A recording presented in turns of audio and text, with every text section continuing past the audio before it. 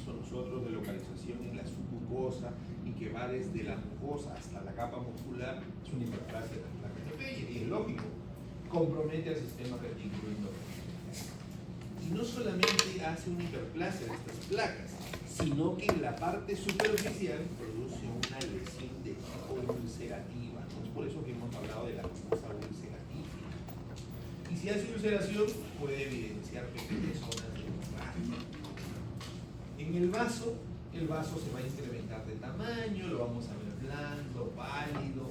A nivel del hígado pueden haber focos de necrosis.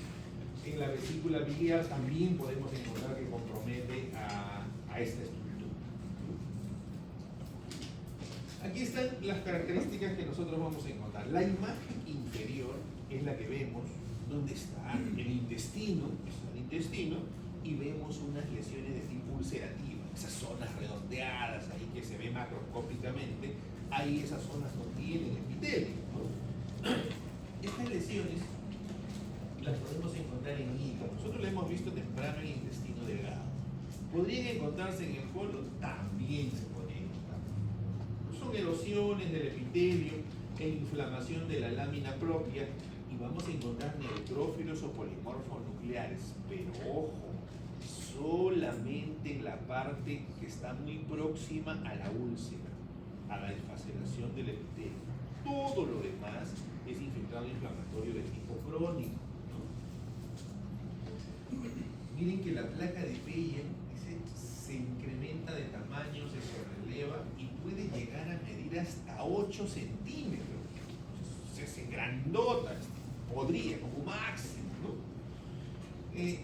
Va a haber úlceras, lógicamente, ¿no? Y se podría confundir incluso con una tuberculosis. Microscópicamente ya lo hemos visto, va a haber macrófagos, la hiperplasia de las placas de Peyer. En esta placa de Peyer vamos a encontrar linfocitos, células plasmáticas, neutrófilos. Pero neutrófilos, como ya he dicho, solo en esa parte de ulceración o desfacelación del epitelio. Pero en general esta es una patología de tipo crónico. ¿Por qué? Porque la gran mayoría de las células inflamatorias es mononuclear. Los neutrófilos solo están de manera focal en la parte superior. El diagnóstico puede ser coprocultivo, hemocultivo, mielocultivo, aglutinaciones para establecerse. Luego tenemos el cólera, ¿no? Que es originado por el Virium cólera. Esta patología, sí, por los años 80, entre los 80 y 90, se cruzó con esta patología, ¿no? Que ha causado la muerte de muchos pacientes también, por una deshidratación severa, daba unas deposiciones líquidas como un lavado de arroz, eran unas deposiciones pues bastante abundantes, que el paciente se deshidrataba. Es una bacteria gram negativa, puede originar pandemias, ha originado pandemias, así como nuestro famoso COVID-19, ¿no? Caracterizado por diarreas abundantes, con vómitos, escalofríos, calambres, lógicamente porque perdía electrolitos el paciente, un dolor abdominal bastante intenso que puede llevar a un shock hipovolémico. A nivel histopatológico produce mínimas alteraciones histológicas, casi no produce alteraciones, pero lo que podemos encontrar es una congestión en lámina propia, un infiltrado inflamatorio de tipo mononuclear, acompañado de hiperplasia de las placas. Y como lo dijimos, hasta ahorita las patologías que estamos viendo, difícilmente nosotros vamos a abordar a través de una biopsia, de resección quirúrgica, para establecer el diagnóstico. Esto es más laboratorial. Aunque nosotros por hallazgos también encontramos algunas patologías de tipo infecciosos, ¿no? Otra de las patologías es la famosa verruga peruana. Difícilmente, probablemente ustedes vean una verruga peruana, ¿no? Pero hay que conocerla. ¿Por qué? Porque el estudiante de medicina que se inoculó este agente es el que hasta ahora a ustedes les va a permitir celebrar cada 5 de octubre. Porque él es el representante acá de la medicina peruana en el colegio médico. y hay que conocerlo, ¿no? Se inoculó la verruga peruana porque antes se pensaba que esta enfermedad, eran dos tipos de enfermedades, ¿no? Uno caracterizado por fiebre, que era la fase aguda, y la fase crónica caracterizada por la fase verrugosa, que en sus épocas originó muchas muertes, sobre todo de aquellos trabajadores, ¿no?, que iban a trabajar en la elaboración del ferrocarril Lima-La Oroya, ¿no? Ahí murieron cantidad de personas, ¿no? Entonces se pensaban que eran dos patologías diferentes. Él logró demostrar que se trataba de una sola enfermedad y que tenía dos fases de evolución.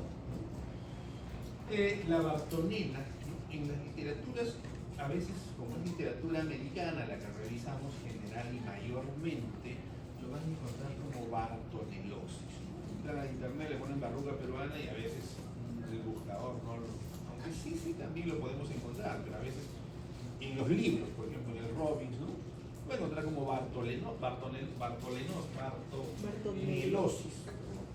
Entonces, porque algunos estudian de doctor, la verruga peruana en el Robbins no hay, no existe, ¿no? Es que los americanos no la conocemos como verruga peruana, ¿no? Bueno, esta es una enfermedad, ¿no?, que produce una infección que es exclusivamente de humanos, transmitidos por el vector, ¿no?, que es la eusomía. Puede causar endemia. En la gente es la Bartonella, que ya lo hemos dicho, tiene dos fases, una fase aguda que es caracterizada por la fase de fiebre, y lo que va a producir pues es cambios a nivel de los valores promedios de inmunoglobulina, ¿no? Pero vamos a encontrar en una fase aguda pues definitivamente un ligero aumento de inmunoglobulina M. Digo que la inmunoglobulina G y la inmunoglobulina A van a estar dentro de valores normales porque estamos frente a una fase de tipo aguda. Pero la fracción del complemento, tanto el C3 como el C4, sí la podemos encontrar ligeramente disminuidas. En la fase eruptiva, que es donde ya se forma la fase verrugosa, las verrugas, ¿no?, hay un leve incremento de todos los tipos de inmunoglobulina, pero ya el complemento, o el C3 o el C4, los podemos encontrar dentro de los límites normales. En la fase anémica va a haber una discreta linfopenia, disminución de los linfocitos T, linfocitos B normales, disminución de los linfocitos CD4 y aumento de los linfocitos CD8. Es por ello que en algunas literaturas, si ustedes revisan sobre todo la literatura que describe la vida de Daniel Alcides Carreón, literatura San Marcos, van a encontrar que esta patología la comparan con el SIDA, y en algunas literaturas la refieren como el SIDA cholo. ¿Por qué lo llaman así? Porque produce una disminución de la respuesta inmunitaria disminuyendo los linfocitos T. ¿Qué significa? Que el paciente que cursa con esta patología puede sobreinfectarse de cualquier otro agente. Así la describe. Por la respuesta inmunitaria deficiente que puede cursar con esta enfermedad. Los cambios inmunológicos, humorales, celulares explican la predisposición a la infección sobreagregada, que ya lo hemos manifestado por detención de una respuesta inmunitaria. O sea, aparte de tener su bartonelosis, puede cruzar con infecciones virales, bacterianas, hongos y muchos parásitos oportunistas. Lógicamente que incrementan la letalidad y la muerte del paciente, como ha ocurrido en este. Y ahí vemos, ¿no?, este paciente tiene unas lesiones sobreelevadas, unas verrugosas, ¿no? Bueno, aquí está la secuencia. Aquí están las zonas, bueno, los dos periodos, fase aguda, fase crónica, ¿no?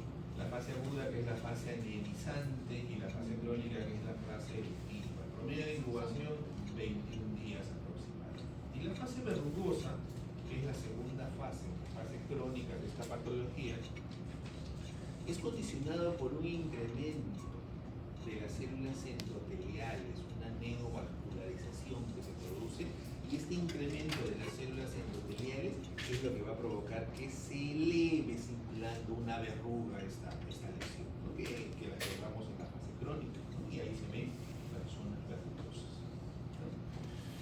El inicio puede ser brusco o insidioso, Puede cursar con fiebre, estamos frente a una patología infecciosa, malestar general, fiebre, palidez, linforexia, anemia, hepatosplenomegalia, ictericia, linfadenopatías, derrame pericárdico, anasarca, convulsiones. Y lógicamente va a producir, pues, en el cuello, ahí lo vemos. ¿Por qué? Porque estamos frente a una patología infecciosa, no hay forma, ¿no? Realmente la gran mayoría de patologías infecciosas cursan con esas características. Bueno, aquí tenemos las dos fases. Y las formas de presentación. Tenemos una forma de presentación miliar, una forma de presentación mular y una forma de presentación nodular. Estas pueden ser sangrantes en las zonas de verrugas, ¿no? Que pueden originar palidez, fiebre, prurito, dolor articular, ¿no? Aquí tenemos las lesiones miliares. Imágenes histopatológicas de la verruga peruana es bien difícil encontrar en la literatura y es más, dentro de los buscadores de internet. ¿Por qué? Porque no se presentan ya con mucha frecuencia. Estas son lesiones localizadas. ¿Dónde la vamos a encontrar la lesión miliar? En dermis papilar. La dermis papilar, recordemos que es la dermis superficial, la que encontramos inmediatamente por debajo del epitelio, ¿no? Son múltiples, como la tuberculosis miliar, ¿no? Que son múltiples, pequeñitas y miden menos de 3 milímetros de diámetro. ¿Y qué es lo que vamos a ver? Una proliferación violácea. ¿Por qué? Porque vamos a encontrar también la presencia de muchos vasitos sanguíneos, lógicamente con cantidad de eritrocitos, ¿no? Las lesiones mulares, a diferencia, ya son un poquito más grandes, ¿no? 5 milímetros, ¿no? Y que ambas pertenecen a la fase crónica de la patología. Aquí tenemos el tipo de lesión nodular. A diferencia, esta lesión es mucho más prominente y lo vamos a encontrar a nivel de la dermis, ¿no? Son nódulos profundos que se extienden hasta la hipodermis. O sea, histológicamente yo lo voy a hablar de la dermis reticular y que se puede ir hasta la hipodermis, ¿no? La hipodermis es la zona de la dermis, por debajo de la dermis, que yo encuentro ya células adiposas, adipocitos, se va a extender hasta esa parte, ¿no? Conocida también como lesión subdérmica. Y es conocida como subdérmica porque ya lo encontramos por debajo de la dermis, o sea, ya estamos llegando hasta la hipodermis.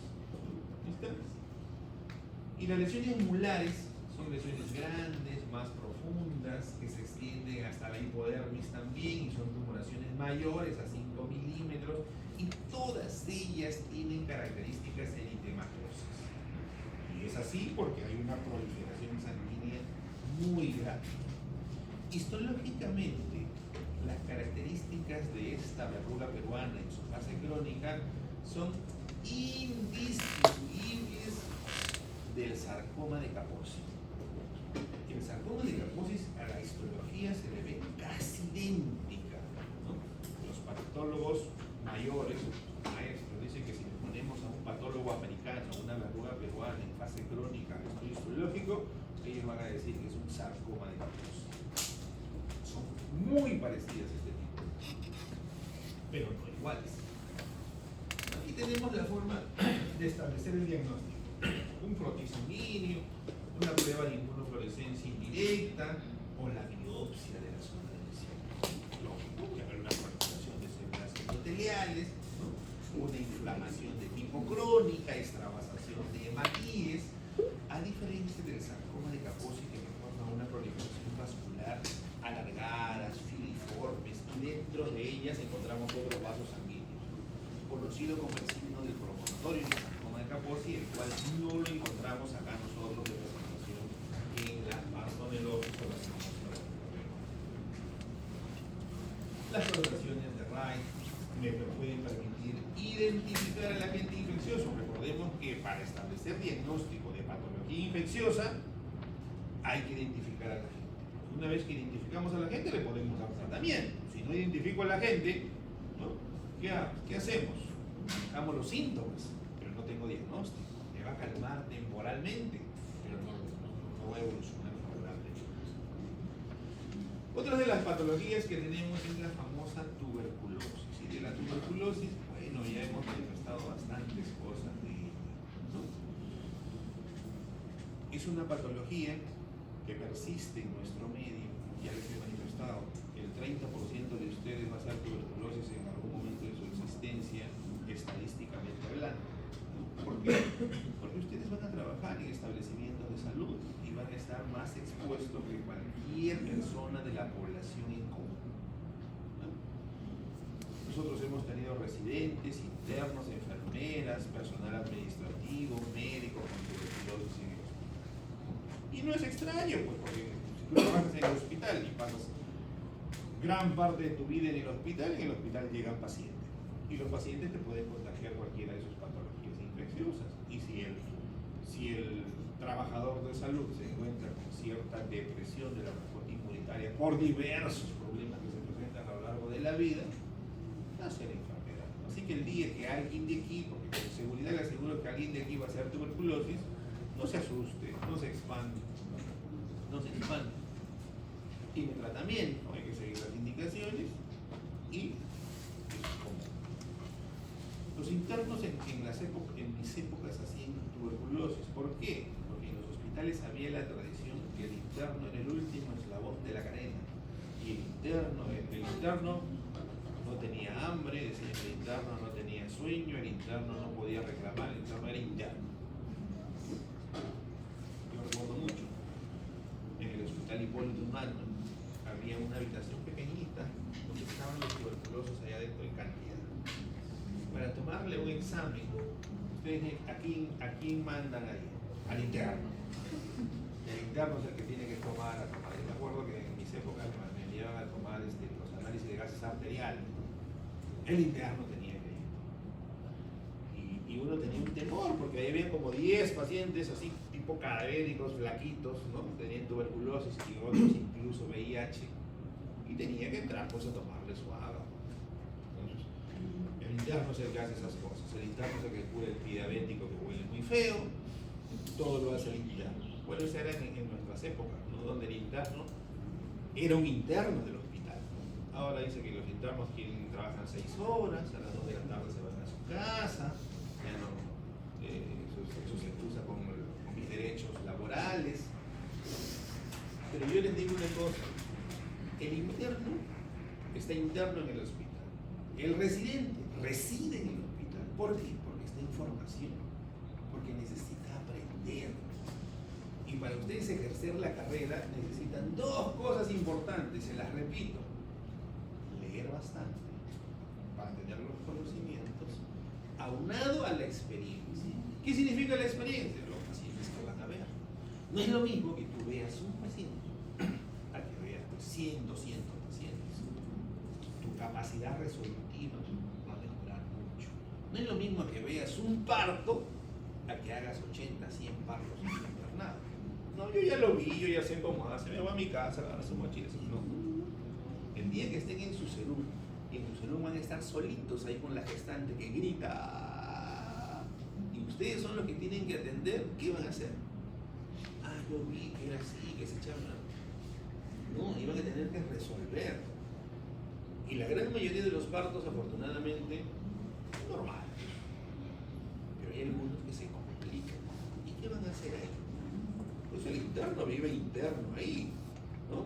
Entonces, los conocimientos que están en los libros, aunado a la experiencia, al número de pacientes que ven, es lo que le va a dar la pericia para resolver sus casos. ¿Ya? Muchos de los estudiantes también tienen otra creencia. El doctor no me explicó eso. Si vemos las patologías infecciosas, estamos hoy día revisando en la clase teórica. Teóricamente tenemos asignado ¿cuánto? 90 minutos. En 90 minutos vamos a ver todas las patologías infecciosas. No, imposible.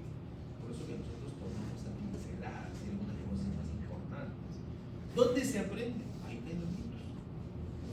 Tienen que sentarse a leer sus libros.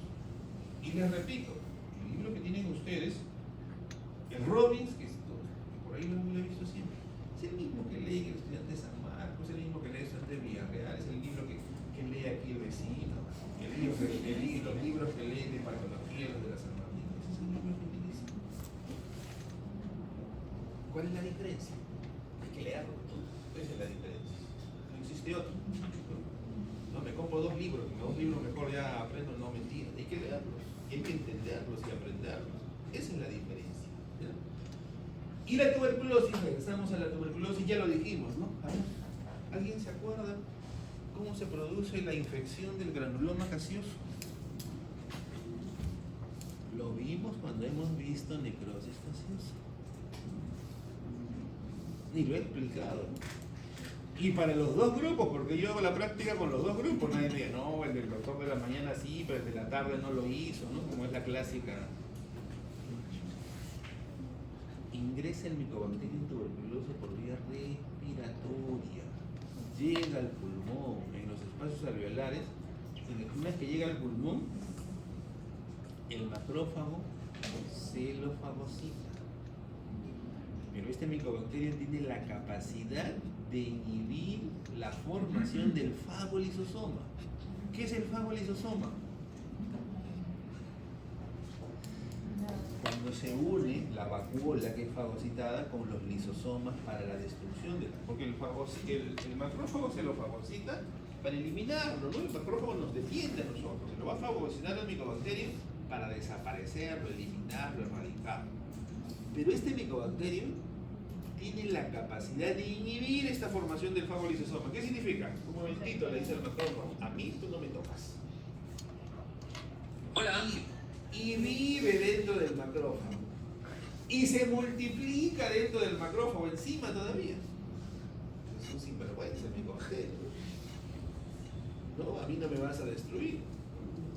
Y recién cuando se genera la respuesta inflamatoria, los linfocitos TH1 producen el interferón gamma y este interferón gamma recién le va a decir al macrófago, oye compadre, así, oye, mátame pues ese micobacterio. Le va a dar recién el interferón lo activa. Y una vez que lo activa, ya lo destruye. Se forma el fagolisosoma. ¿Y cómo lo destruirá? Lo matará, lo chancará, le meterá codazos. No. Forma hipoclorito en el interior de la vacuola, lo óxido nítrico y mediante eso lo destruye. El hipoclorito, sí, el hipoclorito, el componente de la lejía, en nuestros elementos celulares, los macrófagos se forman en el interior de ellos y lo destruye, lo elimina. Es por eso que cuando ustedes van a los establecimientos de salud, desinfectan con lejía porque tiene hipoclorito, tiene la capacidad de eliminar esos genes. Los destruye, y una vez que los destruye, allá pues, bacán, pues, ¿no? Ya no hay este micobacterio, ¿no? Mentira. ¿Por qué es mentira?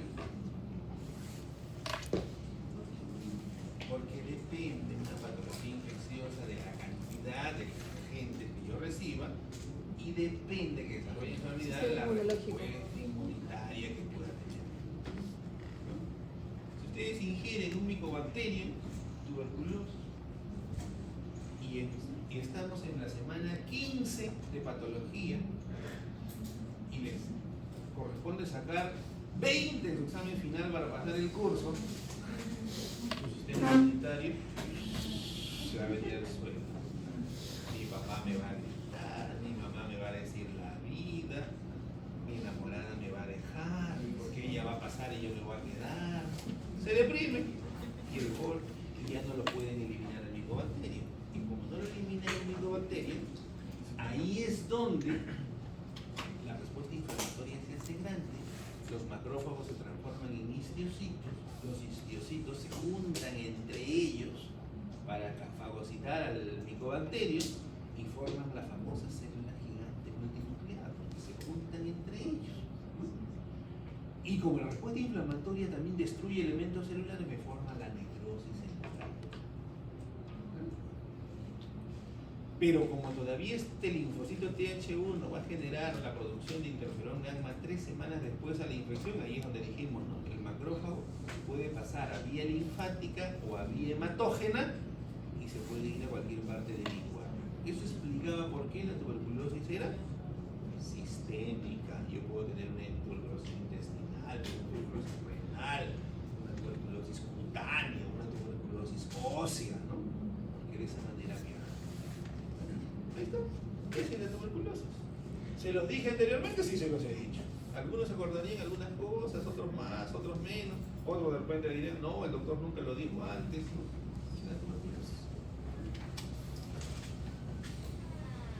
Aquí están, bueno, es el vacilo, cómo ingresa, cómo está, ¿no? Este es los pacientes, cómo no se puede erradicar la tuberculosis. Simplemente la tuberculosis en nuestro país no se puede erradicar por la pobreza que existe en nuestro país. Un paciente mal alimentado que hace tuberculosis, pues definitivamente tiene un mecanismo de defensa inmunitario deficiente.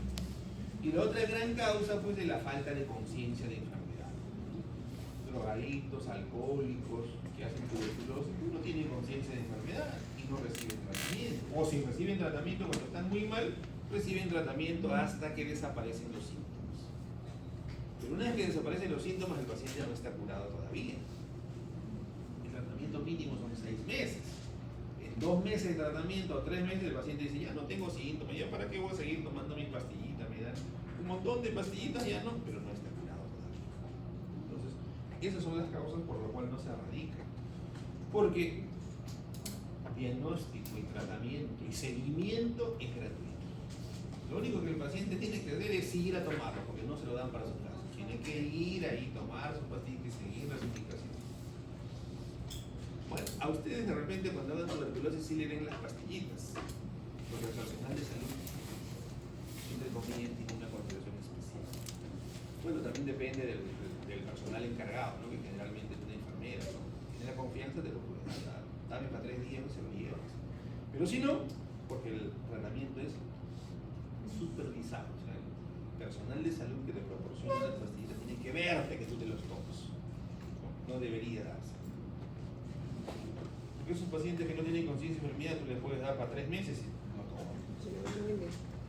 Bueno, aquí están todas las características de Mycobacterium tuberculosis. Así se ve en el bacilo, ¿no? En esa prueba de esputo que se pide, ¿no? La famosa baciloscopía. Este es el Mycobacterium, son los bacilitos. Así se ve. Y dependiendo la cantidad de Mycobacterium que tengas, pues se verá.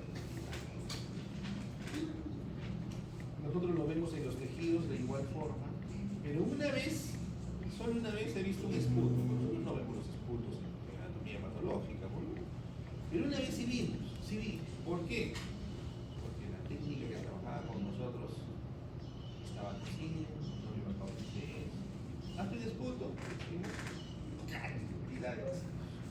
Pues en el laboratorio de anatomía patológica no se identifica tuberculosis, pues entonces, en el laboratorio común y silvestre.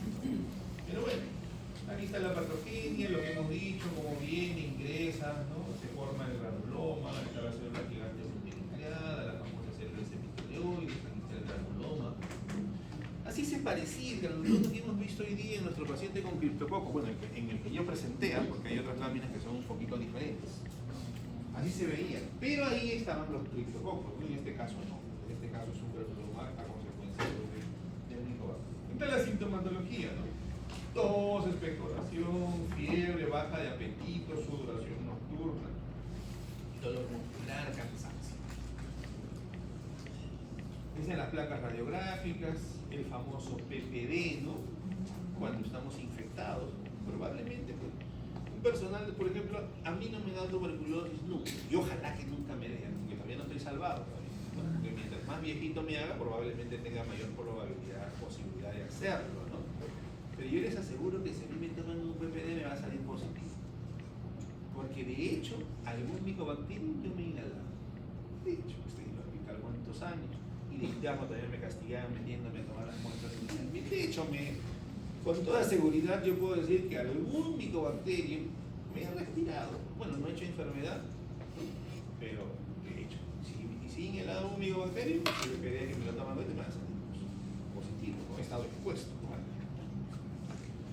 Bueno, el esputo, la baciloscopía, la resistencia de los medicamentos, bueno, eso es propio de la respuesta inmunitaria de cada paciente. Otra de las patologías es la famosa lepra. La famosa lepra que uno lo ve cuando en Semana Santa habrán visto la película de la lepra, ¿no? Lugares leprosos. Porque es muy escaso, ya no hay mucha presentación, aunque todavía hay, pero es muy raro.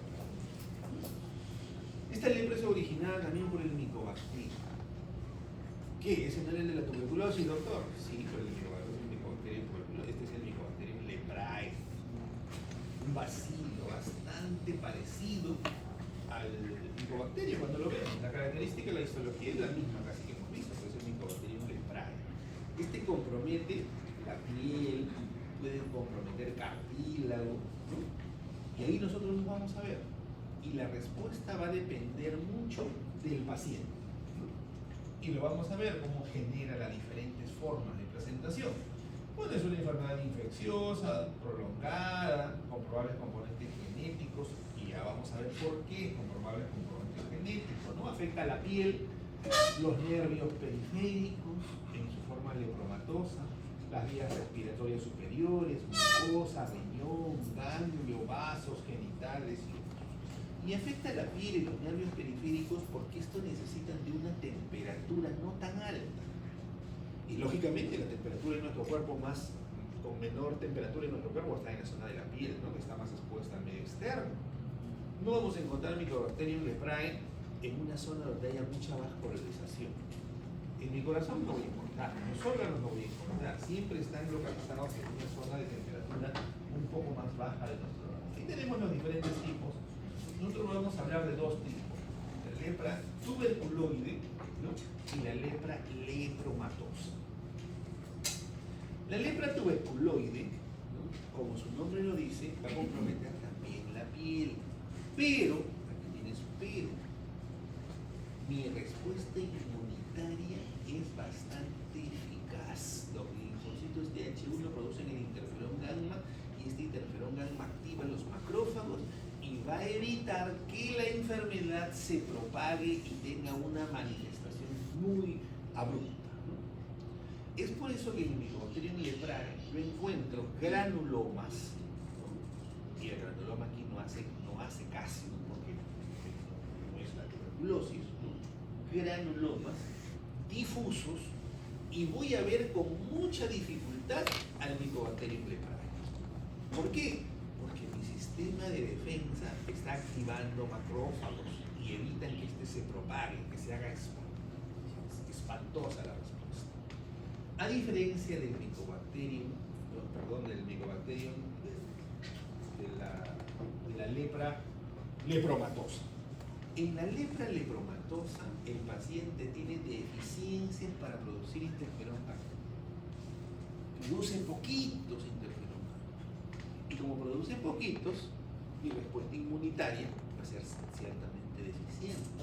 Entonces, ¿qué es lo que yo voy a encontrar? Gran cantidad de macrófagos en mi muestra, pero con abundantes Mycobacterium leprae. ¿Esto qué va a originar? Que la respuesta sea mucho más exagerada.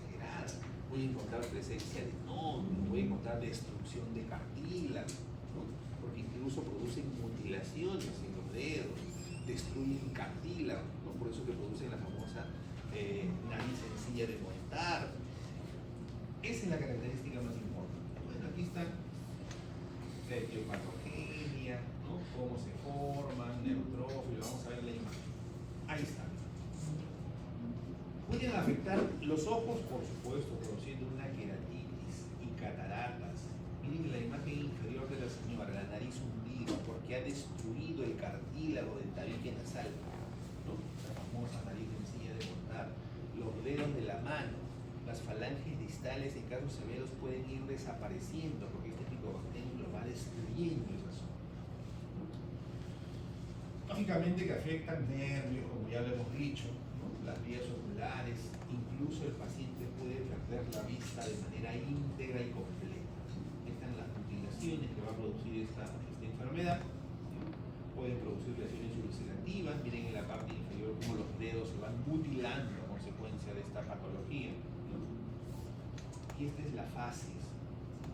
La facies que me va a producir los granulomas, lesiones elevadas con destrucción de las silla de montar, del cartílago, ¿no? Del cartílago de la fosa nasal, del tabique nasal, perdón, en silla de montar, ¿no?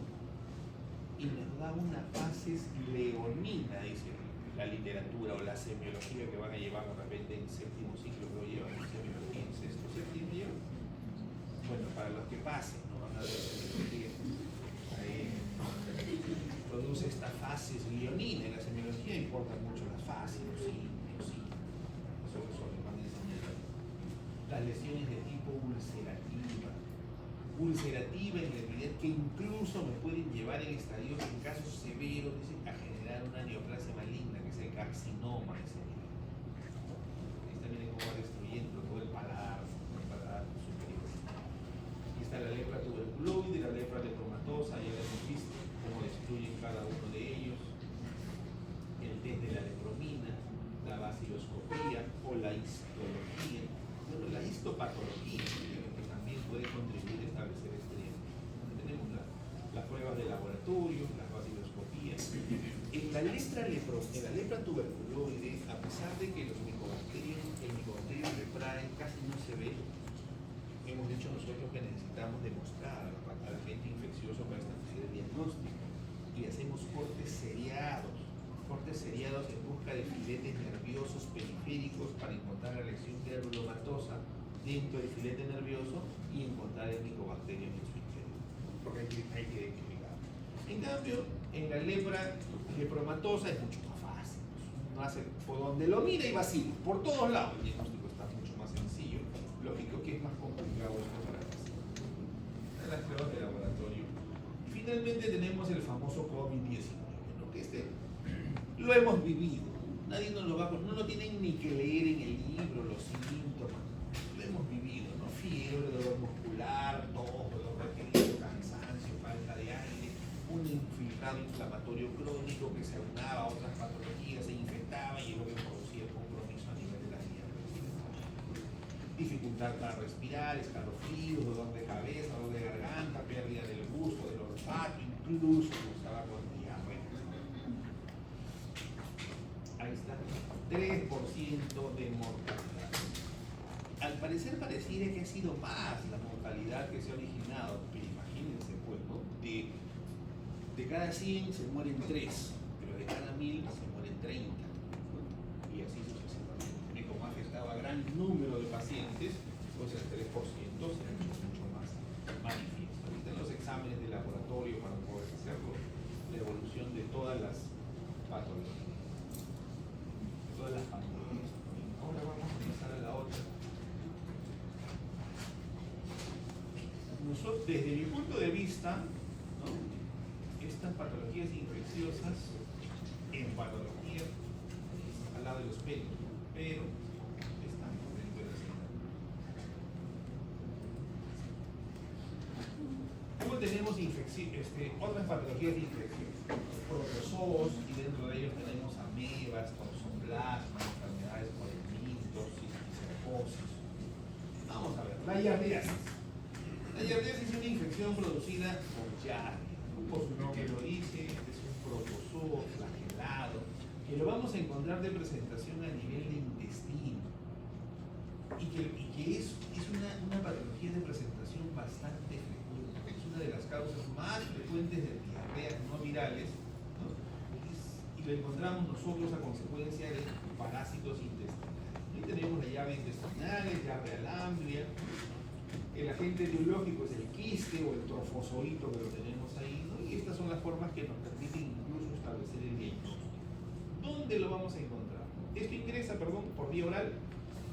Generalmente lo vamos a encontrar a nivel del duodeno, en la mucosa del duodeno. Y sí, porque el gastroenterólogo nos envía muestras de biopsia del duodeno, nos pone descartar yardia alambria. Y yo digo, ¿no puede pedir un examen de ese para que vea pues su yardia alambria? Nosotros lo vemos, sí lo podemos ver. Claro, lo podemos ver. Lo vemos como imágenes en hojas caídas ahí, ¿no? Cuando está presente, lógicamente. Pero, o sea, a nadie se le va a ocurrir, pues si ustedes sospechan de una yardiasis, no va a decir, ¿sabe qué? Váyanse a gastroenterología para que hagan una endoscopía y por favor le toman de duodeno una biopsia para ver si... No, pues, no, ese no es el procedimiento. Nosotros lo podemos encontrar como un hallazgo. Que me tome la biopsia por una úlcera, por una patología inflamatoria que está causando atrofia vellositaria, ¿no? Quiere que le demuestre que hay infiltrado inflamatorio intraepitelial y como un hallazgo encuentro yardia, sí, pues se ha justificado. A nadie pues se le va a pedir. Nunca piense, yardia, que le tomen una endoscopía, no es el forma. Bueno, lo encontramos ahí. El diagnóstico, por eso puede establecer. La contaminación, vía oral. ¿No? Vía oral. Ahí está. Heces contaminadas, los alimentos contaminados con material fecaloideo. El estadio infectante es el quiste de la giardia. Y el estadio de diagnóstico, yo puedo encontrar a nivel de las heces tanto quistes como trofozoitos de giardia y el diagnóstico está hecho.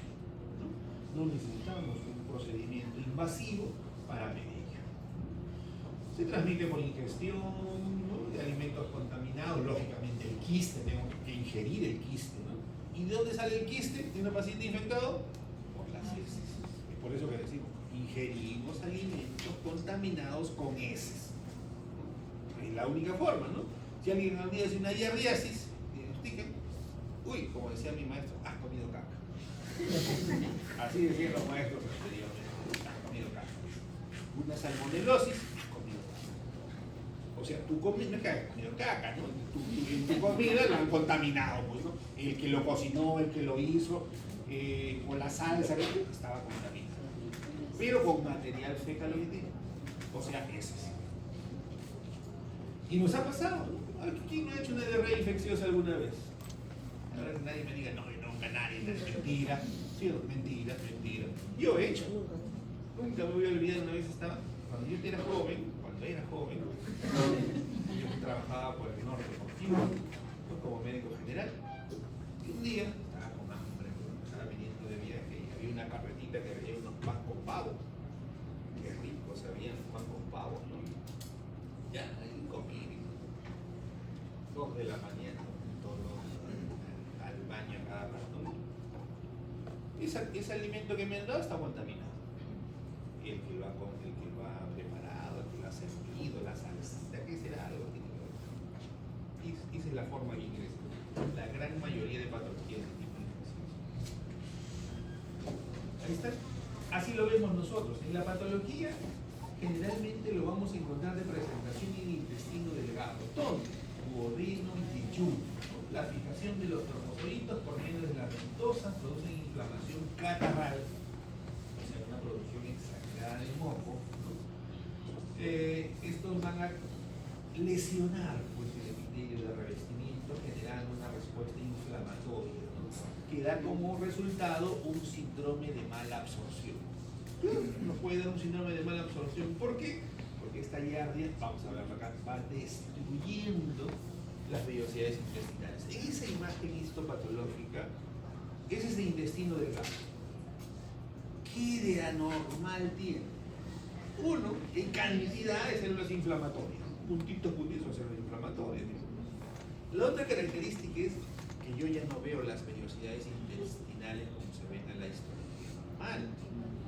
Como las vellosidades intestinales se van siendo más anchas ahí y se van aplanando, porque la respuesta inflamatoria lo que origina edema, ensanchamiento y posteriormente aplana las vellosidades intestinales. Y una vez que la aplana las vellosidades intestinales por la respuesta inflamatoria, lógico, aparte de la inflamación, disminuye la superficie de absorción.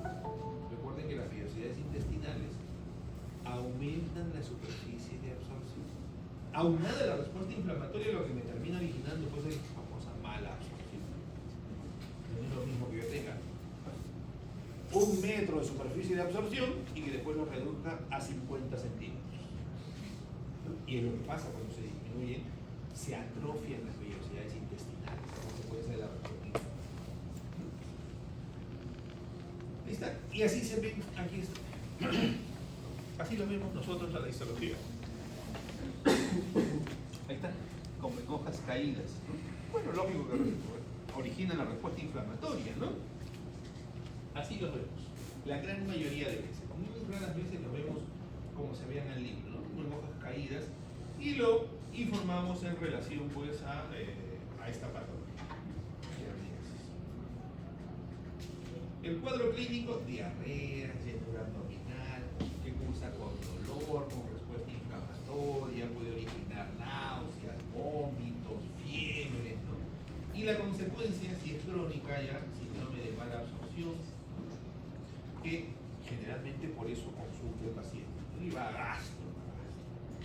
Métodos diagnósticos, ¿no? antígenos, anticuerpos, incluso la biopsia está considerada como delito. Pero no se les ocurra pedir biopsia, por favor, aunque los nuevos internos piden de todo en el hospital. Nosotros vemos las órdenes, llega el paciente, doctor, me duele la uña izquierda, posaduria, creatinina, ecografía, ¿y qué hace? A ver qué le sale, cuándo le va a salir. ¿Eso qué significa? Que no sabe nada. Porque los exámenes auxiliares, metas en su cabecita, es para confirmar su presunción diagnóstica que ustedes tienen. Y el diagnóstico se hace a través de la clínica. Ya ustedes pueden decir 3 diagnósticos. Vaya, yo le pido, todos estos exámenes que le estoy pidiendo son para descartar o confirmar estas 3 presunciones diagnósticas que yo tengo. Y no es para pedirle de todo. En ginecología también, llega el paciente a ginecología, ecografía de mamas, ecografía transvaginal, colposcopía y todos los procedimientos existidos, existentes y por existir. En ginecología, por ejemplo, displasias leves, biopsia más colposcopía. Cuando la displasia es leve, la conducta es expectante. Nosotros hemos recibido la semana pasada un cono cervical por una displasia leve. No lo medimos. Biopsias con cervicitis. No lo medimos. Bueno, salvo que el ginecólogo fue que quería cambiar su barro que ya tenía nada de equipo. Ahí sí lo puede complicar.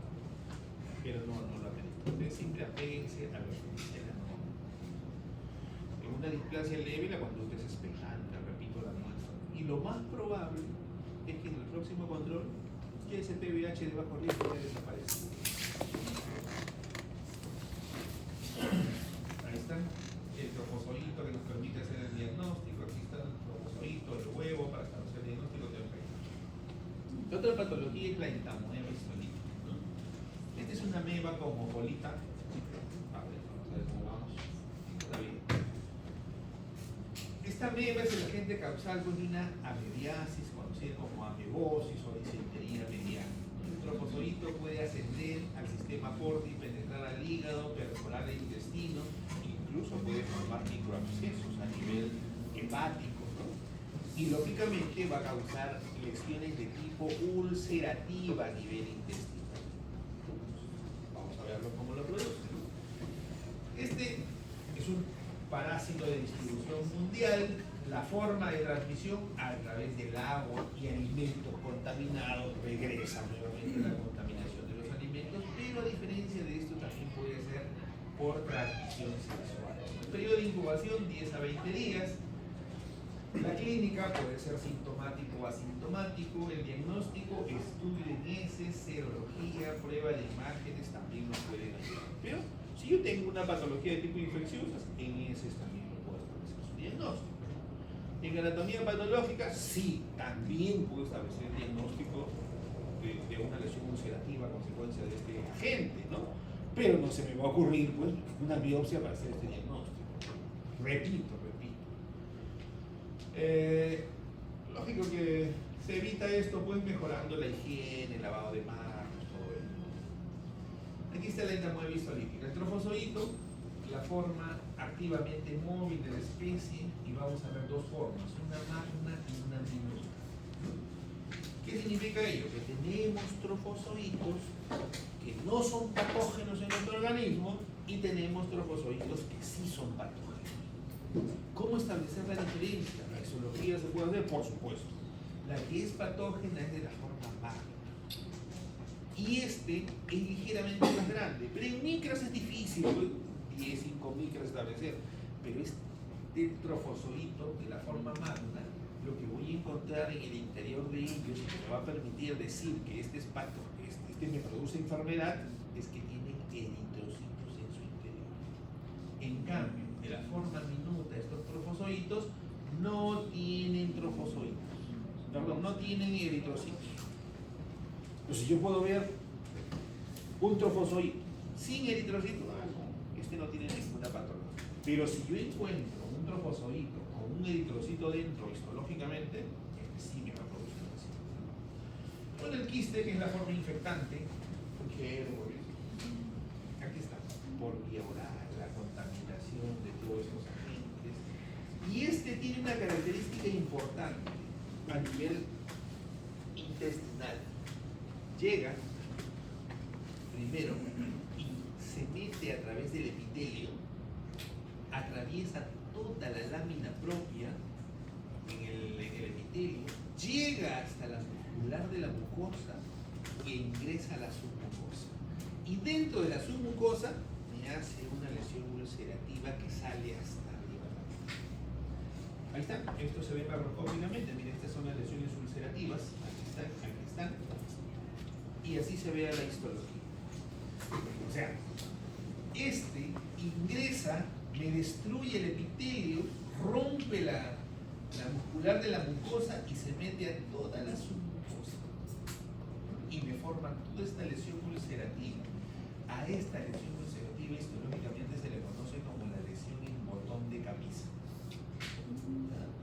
Entonces nosotros vemos eso y ya está. Cuando yo veo esta lesión en botón de camisa en una biopsia a 5X, me voy a 40X. ¿Para qué? Para buscar el trofozoito en su forma magna. ¿Qué significa? Trofozoito con un eritrocito dentro. Como esto me requiere una lesión ulcerativa, lógicamente voy a encontrar gran cantidad de infiltrado inflamatorio polimorfo nuclear con detritus celulares, porque hay una lesión de tipo ulcerativa, ¿no? Que se está extendiendo a través de toda la submucosa y la mucosa. Ahí están las lesiones ulcerativas, pero esto también, ¿no?, puede pasar al hígado, me hace un absceso a nivel hepático. Aquí tenemos, ¿no?, diferentes parásitos, miren, ven, y la forma como establecer el diagnóstico. Miren, entamoeba-giardia, heces. ¿Lo encontramos a la histología? Sí. No, pues no le vamos a pedir heces frescas, heces preservadas, y no sigmoidoscopías, porque no necesito de una patología invasiva para establecer el diagnóstico. Entamoeba colítica en el hígado, bueno, aquí sí, ¿no?, porque eso tiene que ser una biopsia, porque al hígado no puedo entrar de otra manera. Ahí tengo que ingresar con un procedimiento de tipo invasivo y lógicamente los pulmones. Pero en los pulmones, incluso cuando es un entamoeba histolítico, puede encontrar en el escudo. Un aspirado bronquial o una biopsia ya tengo que hacer un procedimiento invasivo. Pero en el intestino, heces. Bueno, aquí tenemos un diagnóstico diferenciales entre disentería mediana y disentería basilar. ¿Qué se van a encontrar ustedes cuando vayan a hacer su salud, probablemente, o cuando sean médicos generales y lleguen los famosos pacientitos con diarrea? Doctor, me puede dar 3-4 días de descanso médico que no quiere ir a trabajar. Llegan los pacientes, ¿no? O en realidad pues tienen las deposiciones líquidas, ¿no? Y aquí tenemos, la disentería basilar puede ser originada por Shigella, Salmonella, Campylobacter, cualquiera de estos agentes. ¿Cuál es la característica? Presentación súbita, el paciente tiene fiebre, malestar general, cefalea, deshidratación, anorexia. Las heces van a presentar moco y sangre. El paciente llega y le dice: doctor, tengo una diarrea y veo que sale como rastros de sangre y tiene moco, sangre, ¿no? Puede haber indexaproctitis, ¿no?, inflamación a este nivel, ¿no? Cursa con tenesmo, retorcijones que son moderados. Aquí sí no hay hepatomegalia. No hay hepatomegalia porque este es un cuadro agudo, ¿no? Es frecuente la aparición de leucocitos en heces, úlceras en el colon, pueden ser difusas. En cambio, en la entamoeba histolítica, la presentación es gradual. El adulto no suele causar con síntomas de deshidratación. La apariencia de las heces, sangre y moco, que también se pueden encontrar y pueden ser incluso heces semiformadas. O sea, no es una diarrea líquida, ¿no? Es una diarrea, una semilíquida, ¿no? Incluso puede tener formas. No suele estar asociada a síndrome constitucional. Presenta dolor abdominal, sí, es la característica más importante en el 90% de los pacientes. Tenesmo, pujo, aquí sí es frecuente encontrar hepatomegalia, ¿no? Las úlceras del colon, la úlcera del botón de camisa, pero a la clínica no se va a ver. Y las complicaciones Como esta ameba hace una úlcera en botón de camisa que compromete hasta la submucosa, tiene mayor probabilidad de hacer una perforación intestinal. Si se hace mucho más. Y ojo acá, en la entamueba histolítica no suele haber leucocitos en heces. ¿Cuáles son los leucocitos? Los polimorfos. Lo podemos encontrar ahí. El laboratorio no me revela leucocitos. En las otras disenterías vacilares sí. Luego tenemos el toxoplasma. El toxoplasma, que es una enfermedad que se produce como consecuencia de una infección del parásito Toxoplasma gondii, ¿no?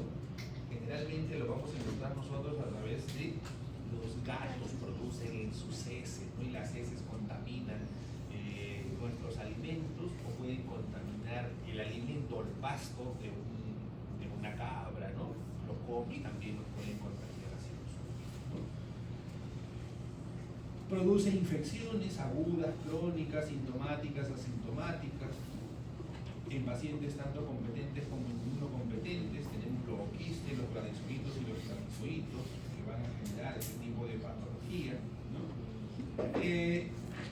Formas de infección, ya dijimos, alimentos contaminados, ingestión de carne cruda, poca cocida, ahumada, de ganados o animales silvestres, la transmisión congénita del feto en mujeres infectadas durante la gravidez, contacto con la tierra, ¿no? Contaminada y con las heces de estos animales, ¿no?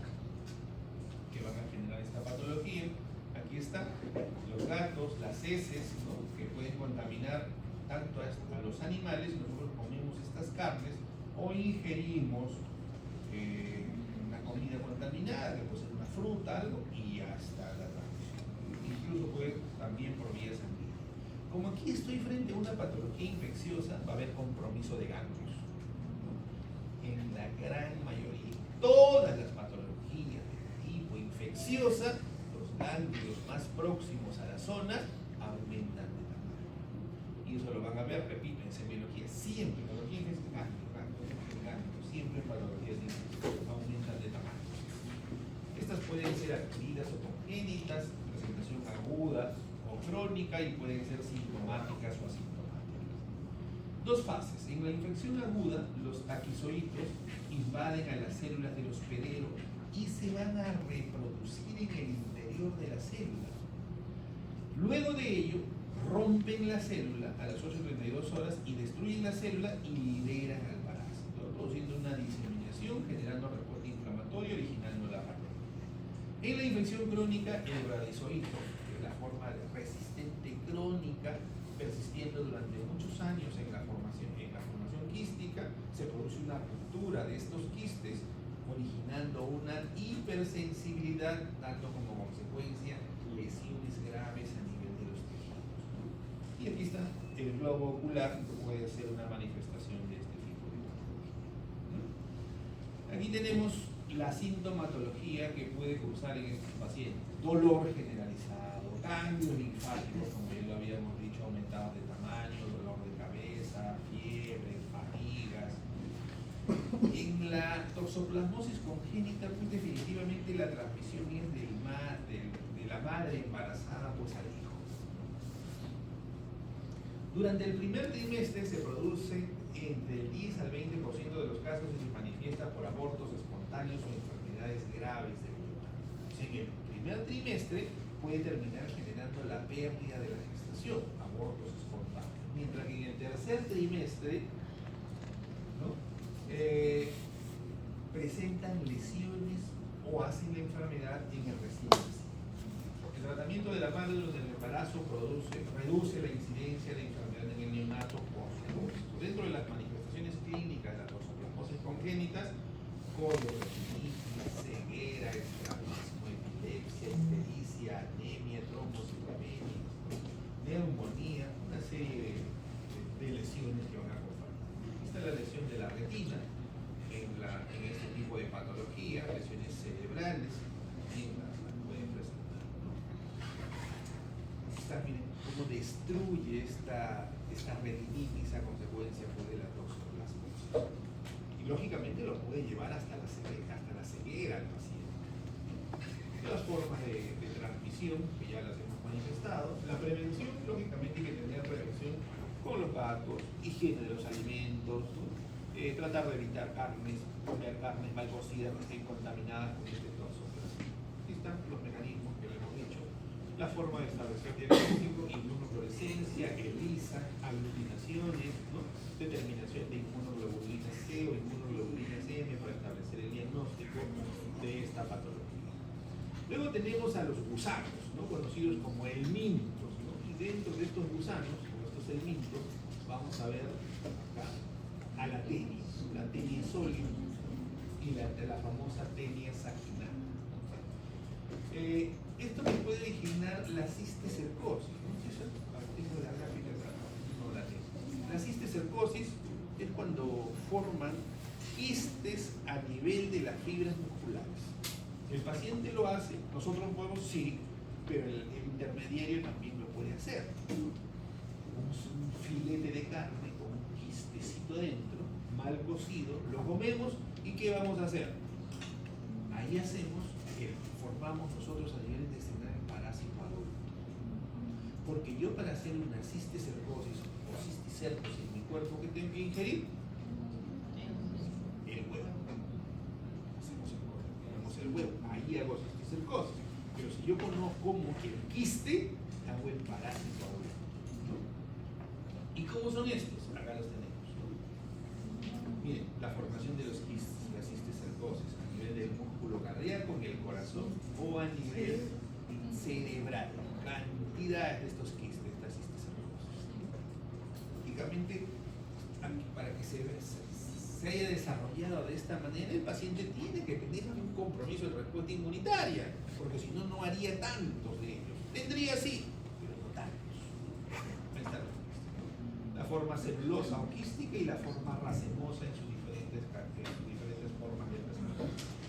La otra patología infecciosa es la estronquiloidiasis. Este estronquiloides ingresa por vía cutánea a mi organismo. O sea, por los pies, es un parásito de la forma de presentación de tipo filiforme, ingresa al torrente circulatorio, circula por mi cuerpo, hace el ciclo de Love, ingresa al tracto digestivo y lo voy a encontrar de presentación en intestino. Miren todo ese recorrido que hace, ¿eh? ¿Cómo lo vamos a ver? Tenemos la imagen, no tenemos.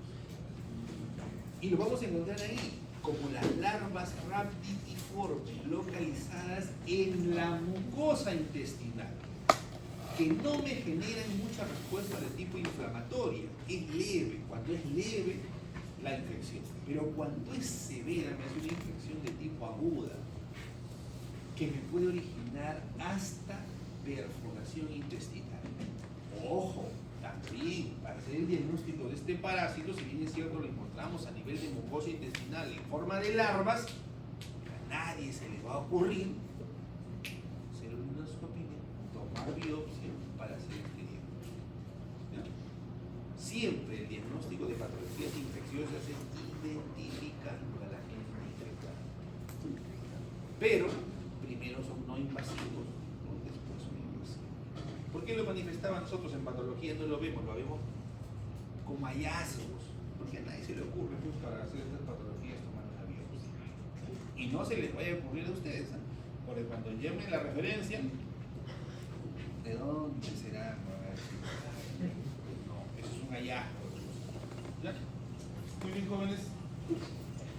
A ver, no se vayan, que pueden tomar lista. Cada vez vemos que hay menos.